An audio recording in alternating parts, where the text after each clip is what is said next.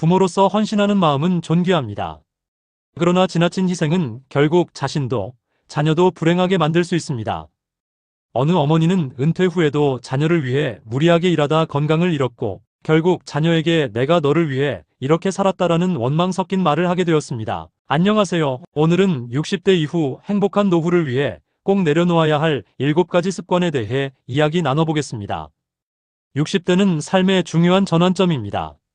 지금까지는 가족과 사회를 위해 달려왔다면 이제부터는 오롯이 나 자신을 위한 삶을 설계해야 하는 시기이죠.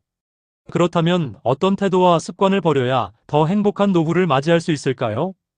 첫째, 남의 시선을 지나치게 의식하는 습관입니다. 젊을 때는 직장과 사회 속에서 늘 평가받아야 했기에 어쩔 수 없었지만 이제는 그 굴레에서 벗어나도 됩니다. 중요한 건 내가 원하는 삶, 내가 즐거운 삶입니다. 어떤 어르신은 평생 깔끔한 옷차림만 고집했지만 어느 날 색다른 옷을 입어본 순간 자신감을 되찾고 더 즐거운 하루를 살게 되었다고 합니다. 여러분도 남의 눈보다 내 마음을 먼저 챙기시길 바랍니다. 둘째, 과거의 후회에 매달리는 습관입니다. 그때 그렇게만 했더라면 하는 생각은 누구에게나 있죠. 하지만 과거는 바꿀 수 없습니다. 중요한 건 거기서 배운 교훈을 어떻게 현재와 미래에 활용하느냐입니다. 어떤 분은 실패 경험을 글로 남기고 강연으로 나누며 오히려 다른 이들에게 힘이 되어 주셨습니다. 후회에 머무르지 말고 배움을 자산으로 삼아 나아가시길 권합니다. 셋째, 돈을 지나치게 아끼는 습관입니다. 물론 저축은 중요하지만 인생의 마지막까지 모으기만 한다면 정작 그 돈을 활용하지 못하고 후회하게 될 수 있습니다. 실제로 한 어르신은 건강이 악화된 뒤 이제는 여행도 못 가는데 내가 왜 그렇게 아꼈을까라며 아쉬워하셨습니다. 돈은 쌓아두는 목적이 아니라 추억을 만들고 행복을 나누기 위한 도구입니다. 여러분 자신을 위한 행복 자금을 정해두시고 꼭 사용해보세요. 넷째, 건강에 지나치게 집착하는 습관입니다.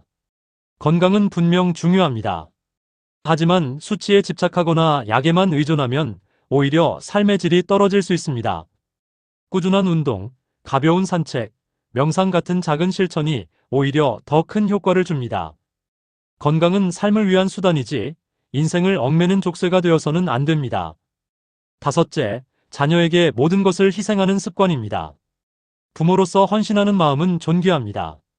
그러나 지나친 희생은 결국 자신도 자녀도 불행하게 만들 수 있습니다.